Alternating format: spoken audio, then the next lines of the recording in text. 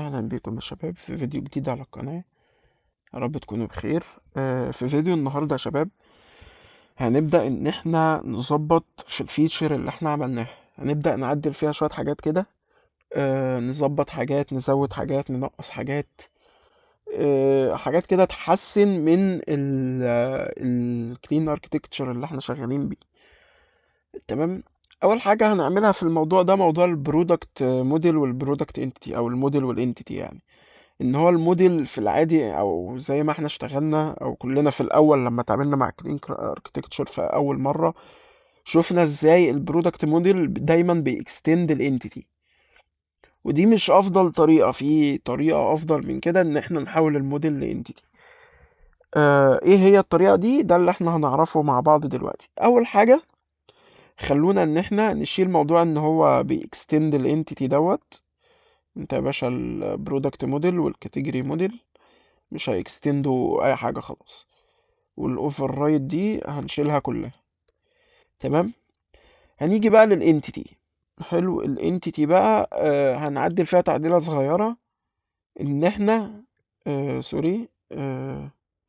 تمام. ناخد الانتيتي من هنا بس كوبي.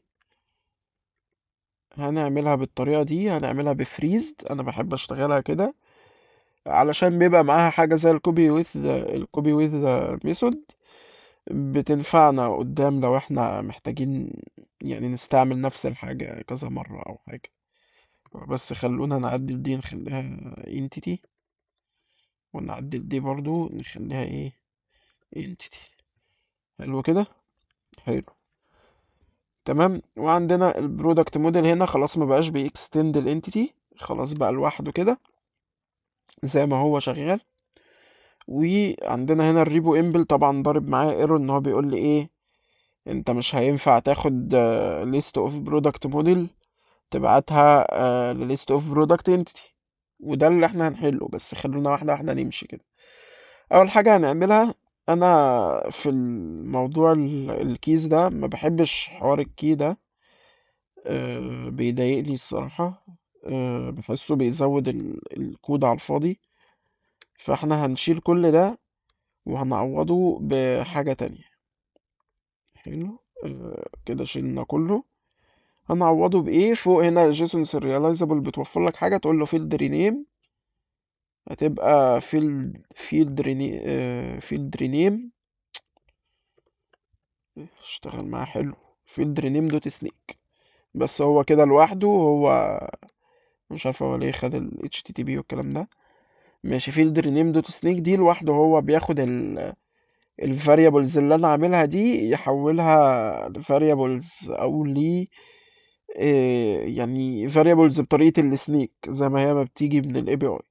حلو. وبرضه نشيل الكلام ده من الكاتيجوري موديل.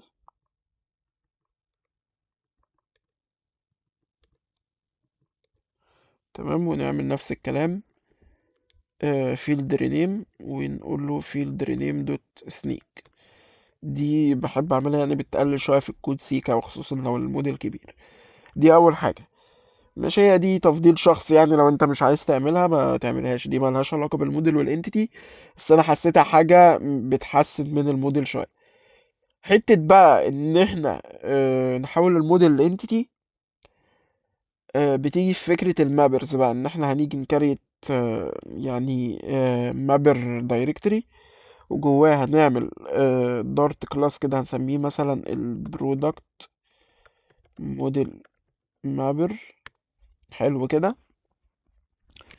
وهنيجي هنقول له هنا extension للبرودكت موديل مابر اون برودكت موديل.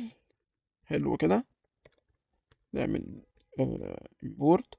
نيجي هنا نقول له انت هتبقى بتريتيرن product entity to entity، وهنا هتريتيرن product entity. حلو كده. في النقطة دي خلونا بس نعمل دي relative import، معلش بس دي تفضيلات شخصية. ما علينا. البرودكت انتيتي او ايه الفرق يعني ما بين الطريقة بتاعة المابر دي وطريقة الاكستند؟ دلوقتي مثلا عندي حاجة زي البرودكت موديل. البرودكت موديل دي الداتا اللي فيه، اهي الجزئية دي الداتا اهي اللي احنا هناخدها. تمام، خلونا نروح على المابر نحطها ونبدأ نتكلم واحدة واحدة. نبدأ ان احنا نشيل دوت زيز دي ونعمل كده، نشيل دي كمان ونعمل دي كده. تمام. انا دلوقتي مثلا عندي حاجة زي البرايس في الانتيتي مثلا، او في الموديل والانتيتي عندي حاجة زي البرايس. البرايس ده هنعتبر ان هو نم، او هو اوريدي نم فعلا. طب انا في اليو اي لما هاجي هعرض البرايس ده، وجنبيه مثلا العلامة بتاعت الاي جي بي او الاس اي ار ايا كان يعني نوع العملة. فانا في كل حتة هستعمل فيها الانتيتي، انا هاجي هروح كاتب البرايس، هعمل سترينج هنا مثلا حاجة زي خلونا الاول ايه، نديله الاي دي. تمام. هو هنا عشان ما تعدلش، معلش يا جماعة، خلونا بس ايه، نخلي كل دول نم. ونيجي هنا بعدنا له الاي دي، ماشي. نيجي هنا مثلا في التايتل، فانت هتعمل ايه، هتيجي هتروح حاطط البرايس، وجنبيه هنا مثلا هتحط ايا كان بقى ايه العملة، او انت مثلا هتحط جنبيه اس اي ار مثلا. فانت هتضطر تعمل دوت في كل مرة انت بتقول فيها الانتيتي، لان ايه، هي ما فيهاش غير البرايس دوت. لكن طريقة المابر، انا اقدر اعمل ايه، اقدر اجي هنا في البرودكت انتيتي مثلا واقول له يا باشا انا عايز سترينج، السترينج ده اسمه برايس اس تي ار. حلو كده. واجي هنا في المابر يا باشا، خلونا نديله هنا التايتل، ونديله هنا السلاج، ونديله هنا البرايس. واجي هنا اقول له في برايس اس تي ار، البرايس اس تي ار ده هو اللي انا هحط فيه البرايس بتاعي، هو كان بيطلعها، احط فيه البرايس بتاعي ومثلا بعدين الدولار ساين. حلو كده. محتاجة ايه، دولار ساين تانية جنبيها تقريبا، او لا محتاجة. تمام. لحظة واحدة، كانت بتبقى كده تقريبا، او بعدها حاجة زي كده. ما علينا، ممكن نعرضها، نكتب اي حاجة اس ار، ما علينا حاليا. ماشي، نكتب ايه، برايس سترينج. تمام. وهنا هنديله الديسكريبشن، هنا هنديله الكاتيجوري، هنا الايمجز عادي، والكرييتد ات، والابديتد ات. حلو. ماشي، هي الكاتيجوري دي هنعرف دلوقتي ليه ليها الايرور دوت، بس خلونا اول حاجة نتكلم عن حتة البرايس والبرايس سترينج دي. فكده انا بقى الانتيتي عندي فيه زيادة البرايس سترينج دي ما بترجعليش من الاي بي اي. وبقيت دلوقتي انا بدل ما كل مرة هيبقى عندي الموديل بتاع الانتيتي كل سترينج هحتاج اعرض فيه سعر، ولو معاه بقى برايس وديسكاونت ومثلا وتاكس ومش عارف ايه كذا سعر مثلا او كذا حاجة، انا هضطر كلهم اعمل فيهم نفس الحوار، ان انا اكتب له يكتب له البرايس ده لوحده، يكتب له البرايس وجنبيه البتاع دي كذا مرة، كريت نفس السترنج ده بقى في كذا حتة في اليو اي كذا مرة. في حين ان انا ممكن بالمابر احاول، وانا بحول من البرودكت من الموديل للانتيتي يا باشا، انا بعد ما حولته انا كمان حطيت لك البرايس سترنج ده. انت في اليو اي يا باشا انا هرمي البرايس سترنج ده على طول. مثلا انت عندك عملة هنا عندك مثلا زي ميثود مثلا بتغير العملة حسب الحاجة اللي انت عايزها، تروح رميها هنا على طول. فدي ميزة ان نشتغل بالمابرز. الكاتيجوري بيدينا ايرور ليه، لانه محتاج برضو مابر من الموديل للانتيتي. فانا هاجي هنا اقول له extension كاتيجوري موديل مابر. ممكن برضو خلونا نعمله في فايل لوحده احلى، يعني يفضل يتعمل في فايل لوحده. نيجي هنا نقول له كاتيجوري موديل مابر، ونيجي هنا نقول له ايه، نقول له extension ايه اكسبورت دي، نقول له extension category model mapper on category model. حلو. نعمل لها import. نيجي نقول له هنا ايه، category entity. تمام. ونعمل لها هنا to entity، ونعمل import برضو، ونقول له هنا return ال category entity، ونعمل نفس الكلام في الكاتيجوري. هنجيب دول كده كوبي. فين ادي الكاتيجوري اهو. تمام كده، ونعمل دول كده، ونيجي هنا ونعمل دول كده. نقول له هنا هتاخد الاي دي، هنا النيم، هنا السلاج، هنا الايمج، هنا created at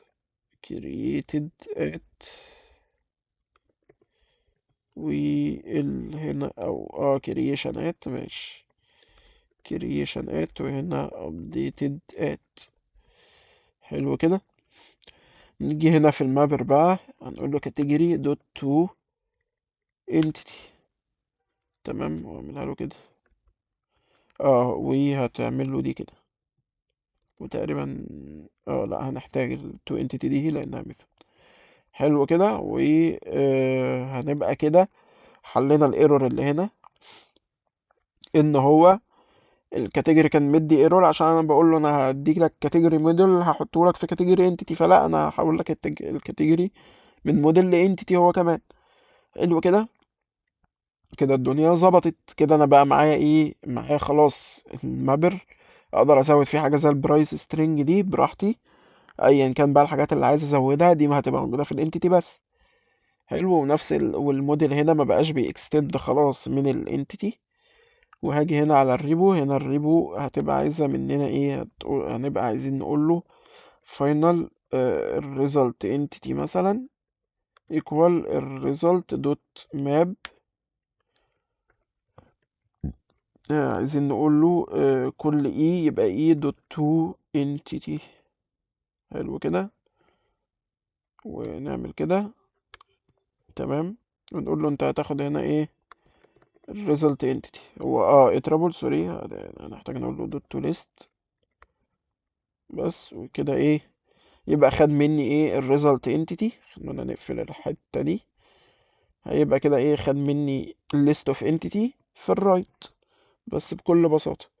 هنيجي نحتاج بس هنا نرن دارت رن بالدرانر علشان جزئية الفريز دي بتاعة البرودكت انتيتي. هو هيضرب ايرور عشان دي انا عاملها موديل مكان انتيتي. فنقفله، هنقول له terminate ونرجع نرنه تاني. كده هيرن معانا صح المفروض.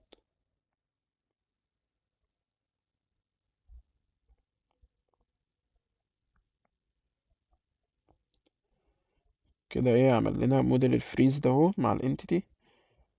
آه ماشي. هو هنا تقريبا عايز دي تبقى abstract علشان ما يجيبش الايرور دوت. دي بسبب التحديثات بتاعت باكج فريز. تمام. كده بقى معانا الانتيتي، معانا الفريز دي بتاعها، في بقى الكوبي ويز وفي الهاش وفي الحاجات دي كلها. تمام. ومعانا البرودكت موديل، ما بقاش بيكستند الانتيتي، بقى بيجيب الداتا بس من الاي بي اي. وانا هنا في المابر بقيت ايه؟ اي داتا زيادة بستعمل فيها حاجة من الداتا دي، اقدر احطها في variable جديد او يعني احطها في property جديدة جوه الانتيتي. وبكده نبقى قدرنا نشتغل صح ونظبط الدنيا صح في موضوع اللي هو ان انا ايه؟ احول الموديل لانتيتي. في الريكوستات بقى، احنا برضو في الريكوستات لو هنتعامل انتيتي وموديل، ويفضل نعمل دوت. هتعمل نفس الموديل بس بالعكس بقى، تحاول هتعمل مثلا هتعمل مابر تسميه في نفس الداتا. برضه هتعمل مابر تسميه البرودكت انتيتي مابر مثلا، بتقول له هنا ياخد منك برودكت موديل او برودكت ريكوست مثلا تو موديل، وتعمل نفس الكلام هو يعني هي نفس الحاجة. بس العكس بقى، هتحول من انتيتي لموديل. ما فيش اختلاف كبير يعني، او تقريبا ما فيش اختلاف. هنا في التست هيبقى جاب معانا ايرور هنا، علشان دي من البرودكت موديل، فانت اعملها برودكت انتيتي وهتتحل يعني. بس خلاص احنا هنخليها انتيتي كده. بس كده خلاص اتحلت.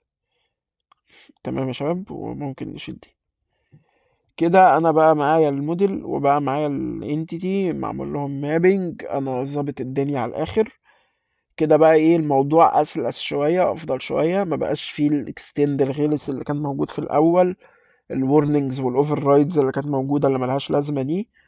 برضه الموديل شلنا الجيسون كي، ما دام احنا مش محتاجين نزود حاجه فوق اي كي من دول، او مفيش كي اسمه متغير او اسمه معمول بطريقه مختلفه عشان تحطه فوقيه الجيسون كي مخصوص. تمام يا شباب. فايه كده الدنيا بقت تمام على الاخر. في الفيديو اللي جاي يعني لسه ما مش متأكد ايه اللي ممكن هنكون بنعمله، بس غالبا هنكون بنزود حاجة صغيرة في الداتا سورس، او ممكن نظبط حتة في الانجكشن، يعني في نقطة كده او طريقة تانية افضل نعمل بيها حوار الانجكشن. ممكن ده اللي نعمله في الفيديو اللي جاي. فاستنونا، وشكرا لكم، وشكرا انكم وصلتوا لاخر الفيديو.